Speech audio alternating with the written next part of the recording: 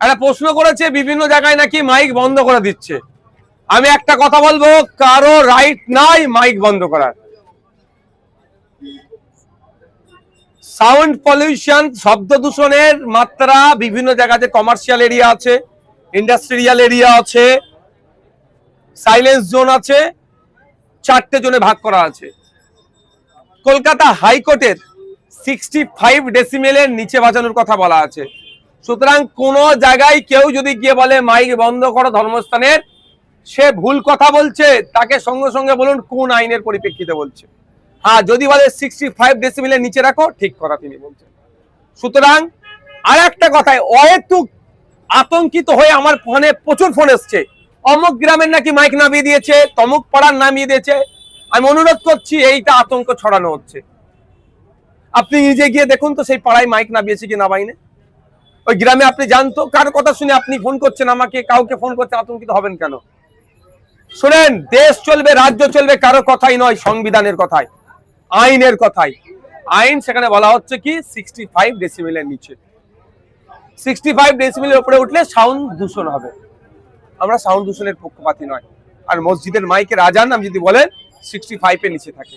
বলছি ভাইজান, আজকে আমরা গ্রাউন্ড রিপোর্ট করলাম, সেখানে দেখলাম যে আপনারই বিধানসভার চালতেবেড়িয়া অঞ্চলের বামুনিয়াতে হিন্দু গরু ব্যবসায়ীরা তারা রীতিমতো ক্ষতিগ্রস্ত হচ্ছে, আক্রান্ত, এবং তারা বারবার অনুরোধ করছে সরকারের কাছে যে এই যে পশু বলি দেওয়ার ব্যাপারে যে সরকার নিয়ম করেছে, সেই নিয়ম শিথিলতা এনে কুরবানি করতে দেওয়া হোক, না হলে তাদের গরু বিক্রি না হলে তাদের ভিটে মাটি সব হারা হবে, তারা প্রচুর টাকা দেন। শুধু আমাদের ভাঙড় বামুনিয়া গ্রামের ব্যবসায়ী নয়, ব্যবসায়ীদের যদি ধর্মীয় পরিচয় দেখেন তারা হিন্দু।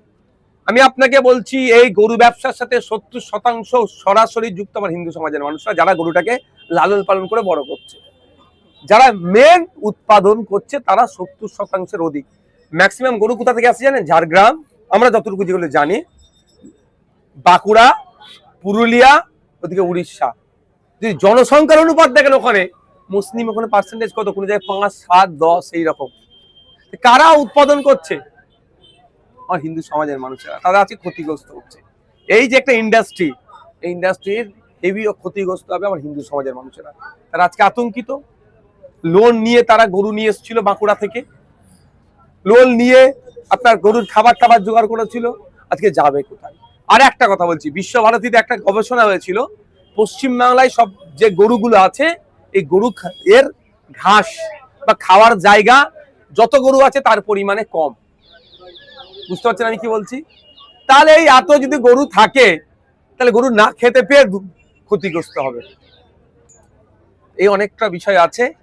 এখন সরকারের কে আমি অনুরোধ আমিও করব, যে যে অ্যাক্ট আছে 1950 সালের, সেখানে 12 নম্বর পয়েন্টে বলা আছে সরকারের একটা রাইট দেওয়া আছে, রিলিজিয়াস পারপাসে সরকার চাইলে ছাড় দিতে পারে। আমি সরকারের কাছে অনুরোধ করব, একদিকে যেমন হিন্দু ভাইরা ক্ষতিগ্রস্ত হচ্ছে, অপরদিকে মুসলমান ভাইদের যদি গরু কুরবানি না দেয়, তার পরিবর্তে অল্টারনেটিভ ব্যবস্থা আছে, যে পারবে না এরকম ব্যাপার নয়, তারপরেও যারা কিনে ফেলেছে বা যারা এখন কি করবে এই দ্বিধাগ্রস্তর মধ্যে আছে, তাদের কথা মাথায় রেখে 12 নম্বর সেকশনটাকে আপনি, আপনার ক্ষমতা আছে, সরকারের ক্ষমতা, সেটা দিয়ে আপনি সেটাকে এক্সারসাইজ করুন। এই আমার হিন্দু গরু ব্যবসায়ী থেকে শুরু করে মুসলিম যারা কুরবানি দিতে চাইছে আতঙ্কিত, তাদেরকে আতঙ্ক মুক্ত করুন। এই বিষয়টাকে নিয়ে বিধানসভায় কি উত্থাপন করবেন? ভাই, বিধানসভায় পরে হবে 18ই জুন, অবশ্য তখন চর্চা হবে, তার মধ্যে কুরবানি হয়ে যাবে। তারা তো শেষ পরিণতি মৃত্যুকে বেছে নিতে চাইছে, আর কোনো রাস্তা বলছে আমাদেরকে বিষ দাও, তাহলে আমাদের না, আমি ওটা বলবো না। আমি বারবার অনুরোধ করব যে ওই পথটা অবলম্বন করবেন না। নিশ্চিতভাবে সরকার, শুভেন্দু বাবু তো বলেছেন হিন্দু হিন্দু ভাই ভাই স্লোগান দেয়, অন্তত মুসলমানদের কথা বাদ দিয়ে হিন্দু ভাইদের কথা ভাবে এবারে ওই 12 নম্বর সেকশনটাকে ইউটিলাইজ করুন। আরেকটা বিষয়, আজকে পাকসার কাছে দেখা গেল যে কিছু মানুষজন তারা আন্দোলন করছিলেন, তাদের দাবি ছিল যে যেভাবে সরকার বুলডোজার চালাচ্ছে বিভিন্ন জায়গায়, এই পশু কুরবানিতে যে কঠিন আইন নিয়ে এসছে, এই সমস্ত বিষয় নিয়ে তারা আন্দোলন করছিলেন, সেখানে পুলিশ মহিলাদের উপরে লাঠিচার্জ করেছে। দেখুন, প্রোটেস্ট আমার ডেমোক্রেটিক রাইট, আমি প্রোটেস্ট করবই। গণতন্ত্রের পরিসরে আমি আর এই রাইট আছে। নির্বিচারে শান্তিপূর্ণ প্রতিবাদ মিছিলে যে আক্রমণ হয়েছে, পুলিশি আক্রমণ, ধিক্কার নিন্দা জানাচ্ছি। তবে যেগুলো চালানোর চেষ্টা হচ্ছে, প্রশাসনকে কিন্তু জবাব দিতে হবে। পাক সার্কাস শুধু তাই নয়, তপসিয়াতে অবৈধ পন্থা অবলম্বন করে বুল্ডোজার চলেছিল, আইনি ধাক্কা খেয়েছে। পাক সার্কাসে যেটা হয়েছে, আইনি ধাক্কা আগামী দিনে খাবে।